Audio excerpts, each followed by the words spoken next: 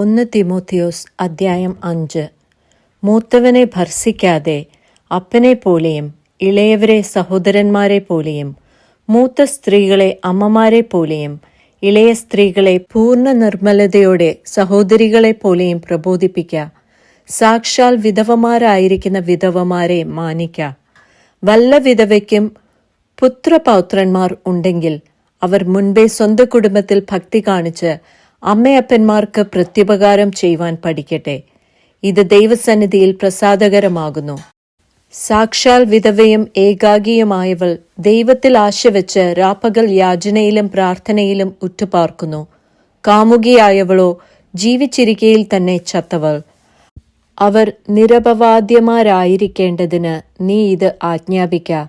തനിക്കുള്ളവർക്കും പ്രത്യേകം സ്വന്തം കുടുംബക്കാർക്കും വേണ്ടി കരുതാത്തവൻ വിശ്വാസം തള്ളിക്കളഞ്ഞ് അവിശ്വാസിയേക്കാൾ അധമനായിരിക്കുന്നു. സൽപ്രവൃത്തികളാൽ ശ്രുതിപ്പെട്ട് ഏക ഭർത്താവിന്റെ ഭാര്യയായിരുന്ന 60 വയസ്സിന് താഴെയല്ലാത്ത വിധവ മക്കളെ വളർത്തുകയോ അതിഥികളെ സൽക്കരിക്കുകയോ വിശുദ്ധന്മാരുടെ കാലുകളെ കഴുകുകയോ ഞെരുക്കമുള്ളവർക്ക് മുട്ടുതീർക്കുകയോ സർവ്വ സൽപ്രവൃത്തിയും ചെയ്തു പോരുകയോ ചെയ്തുവെങ്കിൽ അവളെ തിരഞ്ഞെടുക്കാം. ഇളയ വിധവമാരെ ഒഴിക്ക. ക്രിസ്തുവിന് വിരോധമായി പുളിച്ചു മതിക്കുമ്പോൾ വിവാഹം ചെയ്യുവാൻ ഇച്ഛിക്കും.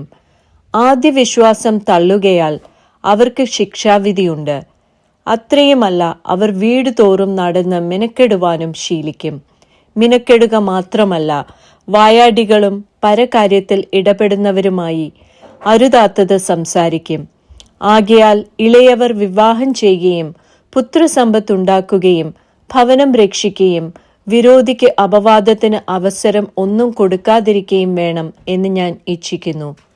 ഇപ്പോൾ തന്നെ ചിലർ സാത്താന്റെ പിന്നാലെ പോയല്ലോ. ഒരു വിശ്വാസിനിക്ക് വിധവമാർ ഉണ്ടെങ്കിൽ അവൾ തന്നെ അവർക്ക് മുട്ടുതീർക്കട്ടെ. സഭയ്ക്ക് ഭാരം വരരുത്. സാക്ഷാൽ വിധവമാരായവർക്ക് മുട്ടുതീർപ്പാനുണ്ടല്ലോ. നന്നായി ഭരിക്കുന്ന മൂപ്പന്മാരെ, പ്രത്യേകം വചനത്തിലും ഉപദേശത്തിലും അധ്വാനിക്കുന്നവരെ തന്നെ ഇരട്ടി മാനത്തിന് യോഗ്യരായി എണ്ണുക. മെതിക്കുന്ന കാളയ്ക്ക് മുഖക്കുട്ട കെട്ടരുത് എന്ന് തിരുവെഴുത്ത് പറയുന്നു. വേലക്കാരൻ തന്റെ കൂലിക്ക് യോഗ്യനെന്നും ഉണ്ടല്ലോ. 2-3 സാക്ഷികൾ മുഖേനയല്ലാതെ ഒരു മൂപ്പന്റെ നേരെ അന്യായം എടുക്കരുത്. പാപം ചെയ്യുന്നവരെ ശേഷമുള്ളവർക്കും ഭയത്തിനായി എല്ലാവരും കേൾക്കെ ശാസിക്ക. നീ പക്ഷമായി ഒന്നും ചെയ്യാതെ കണ്ട് സിദ്ധാന്തം കൂടാതെ ഇവ പ്രമാണിച്ചു കൊള്ളേണം എന്ന് ഞാൻ ദൈവത്തെയും ക്രിസ്തു യേശുവിനെയും ശ്രേഷ്ഠ ദൂതന്മാരെയും സാക്ഷിയാക്കി നിന്നോട് കൽപ്പിക്കുന്നു.